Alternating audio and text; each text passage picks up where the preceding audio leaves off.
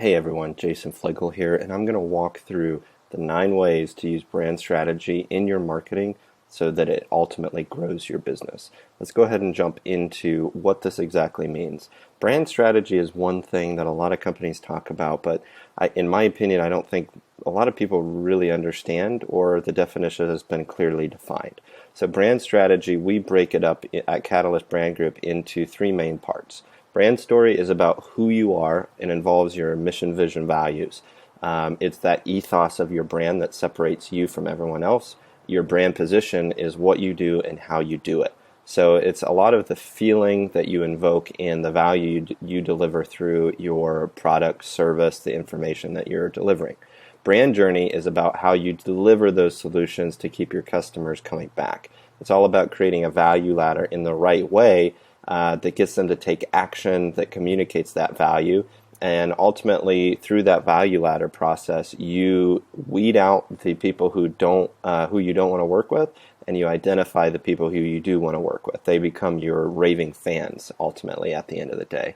So, number one, let's start with branding. So, branding, we have this really good diagram here, and I highly recommend going through our text version of this 9 ways to use brand strategy to grow your business. But this diagram here walks through or displays visually the brand story, brand position, and brand journey, because it ultimately allows you to have a proper discovery process to discover who you are, your team, clearly define that. It allows you to have innovation between what you do and how you do it and connecting with your ideal client or customer. And then number three, having the best impact possible. When you clearly define who you are, you know your identity with your brand identity, your brand story, you're able to create that value ladder that's really effective. So ultimately, this allows you to have your brand be in alignment, and you can have a much easier way of getting to success. I also like to call this the brand wheel. So think about your brand story, your brand position, and your brand journey as the spokes of a wheel. And when all of them are in alignment, that wheel can turn and accelerate, and you can get to that end destination that you want to get to. So really important. And then number two is ideal customer engagement. So you've got to know who you're trying to connect with. That might be a client too if you're doing a service-based business wanting to work with other businesses. So we recommend starting with going through the demographics, understanding that persona of the client or customer that you're trying to go after, age, gender, marital status, all those kind of pieces of information that help you better understand the identity of that ideal client or customer is really important, because you've got to know where they're at, what they're doing to better understand how you can connect with them in the first place. So do market research. Another great way to do market research is going on to online forums, social media platforms, maybe local businesses, going to networking events, things like that. Look on different blogs or articles so that you're able to you're able to look at those questions that those ideal customers or clients are asking. And those questions are really important because it allows you to have an idea of how to frame your solution through your product, service, or information to connect with them. And it allows you to find out where they're hanging out. Some businesses that I've worked with in the past, like in the insurance industry, for example, there's a lot of them that we worked with, we found that by going to networking events in person, it was really effective for them to better connect with them because their demographic of their ideal clients or customers were older. They weren't much online. So going to post on online forums or things like that, the ROI just wasn't there. So understanding the ideal client customer persona, who they are, where they're hanging out is really an important piece there. And then number three is the value ladder. So I briefly mentioned it with the brand journey, but understand, at the very beginning, what's that bait that you give to people to get them in, to connect with them, where you deliver value to them, but in exchange they're giving you, contact information. That's a really important piece, because then you think about what are those next stair steps to be able to deliver more value, but in the end of the day, that ideal client or customer is paying you more money.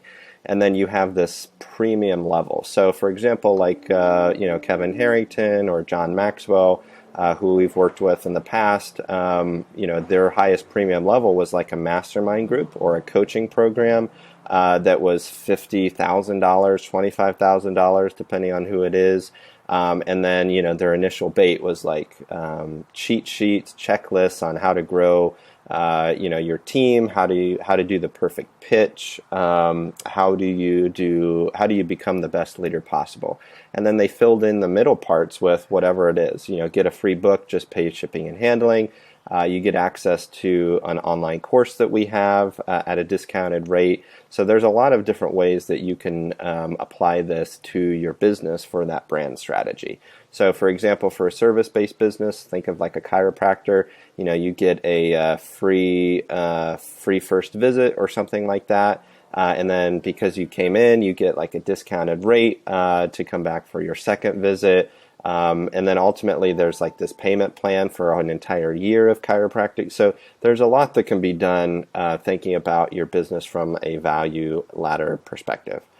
So if you do not have a value ladder, make sure you start one, create one, get that started, and then kind of fill in the gaps there. So having a lead magnet is really important for that bait as the initial step to get people into the process.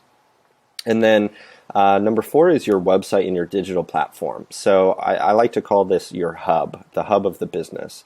The platform is the place where people can get connected with you. You capture that contact information, the bait that they're exchanging, contact information for. But your digital platform is really important. It's got to have a reflection of who you are, your brand, and then it's also, because of SEO, search engine optimization, it's got to be ranked in search engines. So there's a lot of technical things behind the scenes that websites got to have in place. So, I'd highly recommend checking that out. I work with Motava, one of the best SEO agencies in the country. So we do a lot of search engine optimization. And there's a handful of things that, you've got to have for a website, like the robots.txt file, your sitemap, headings on the site, keywords on the different pages on the website. So all of that has to be optimized in the right way. So, and then social media engagement. Well, real quick before I move on, with website and digital platform, having a clear user flow and experience on the website is really important. You've got to direct people to a particular place that you're trying to get them to. Number 5 is social media engagement. So here, this is important because having social media is important. It shows that you're active, you're online. You're able to engage and interact with users, especially those who are like reacting to your posts.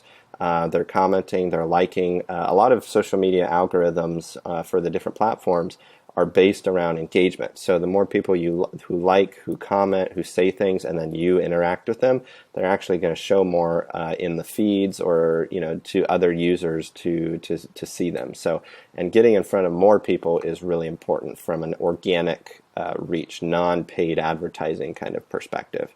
And then social media is great for a process of delivering value. So in our Catalyst content process, and you can check it out on our Catalyst content page, we recommend a Catalyst content formula, which is pillar content, so video, audio, long form blog posts, and then having a short form blog posts, short form video, audio, and then the micro content or the social content from there is all based on your pillar content, your best offers, some of your micro content in the blog post or audio pieces that you're doing. So really important strategy there. Highly recommend going to check out the page to learn a little bit more about that.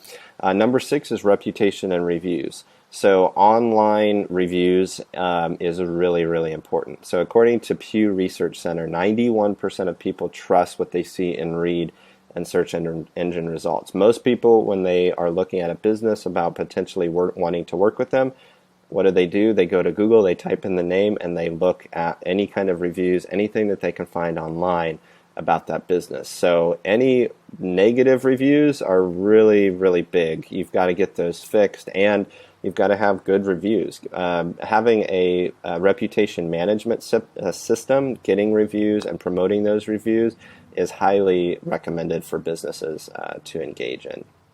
So according to Bright Local, at least in 2017, 73% of consumers trust a business more after reading positive reviews. So what are those reviews that people see when they look at your business? Those are some definitely things to think about and have as part of your brand strategy.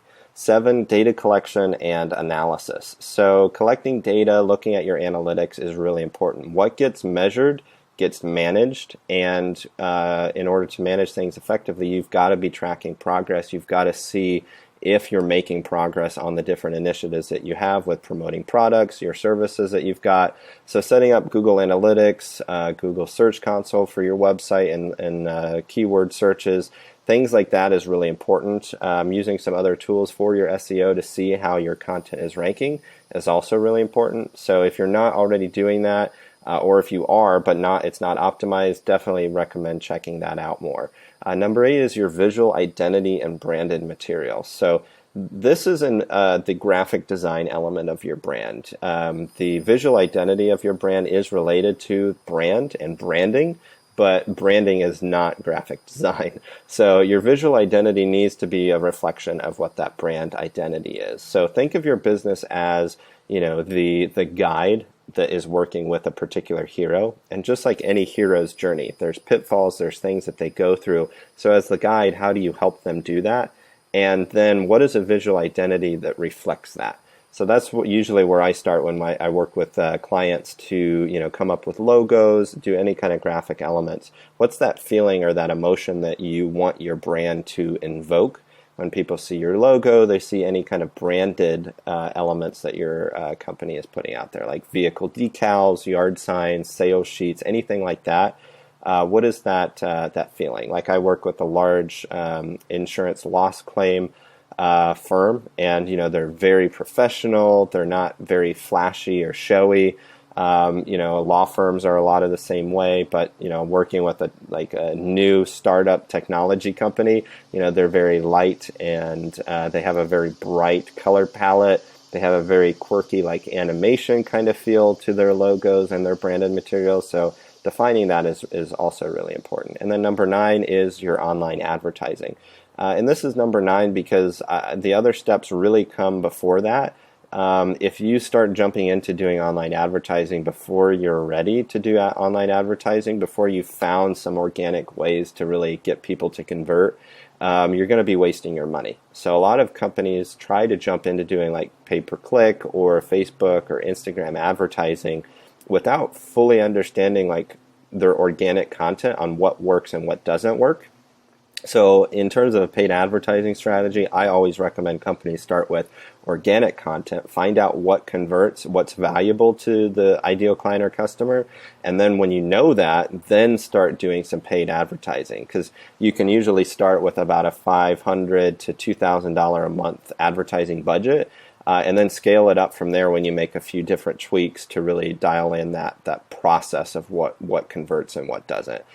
So one of the companies I worked with in the past, they spent about $100,000 every month on paid advertising, but they were able to do it because we worked through a process of clearly understanding, identifying what's going to convert, all the visuals that go along with the advertising, the copy that goes along with it. So all of that's really important, but don't do the online advertising until you're ready to get to that point. So, and those are the 9 ways to use brand strategy through your marketing to grow your business. If you have any questions about the information that was presented here, don't hesitate to reach out to us or even book a call. I'd love to have a conversation with you if you are an entrepreneur or a business looking to get to the next level of growth. Do you have any other brand strategies that you're currently using to grow your business? Let us know in the comment section below. You can leave a comment here on our blog post that we've got on our site. But yeah, I hope this information has been helpful for you. But just remember, none of this matters to your business unless you start to apply it. So thank you so much for tuning in. Remember to keep moving forward, and I will catch you guys next time. Bye-bye.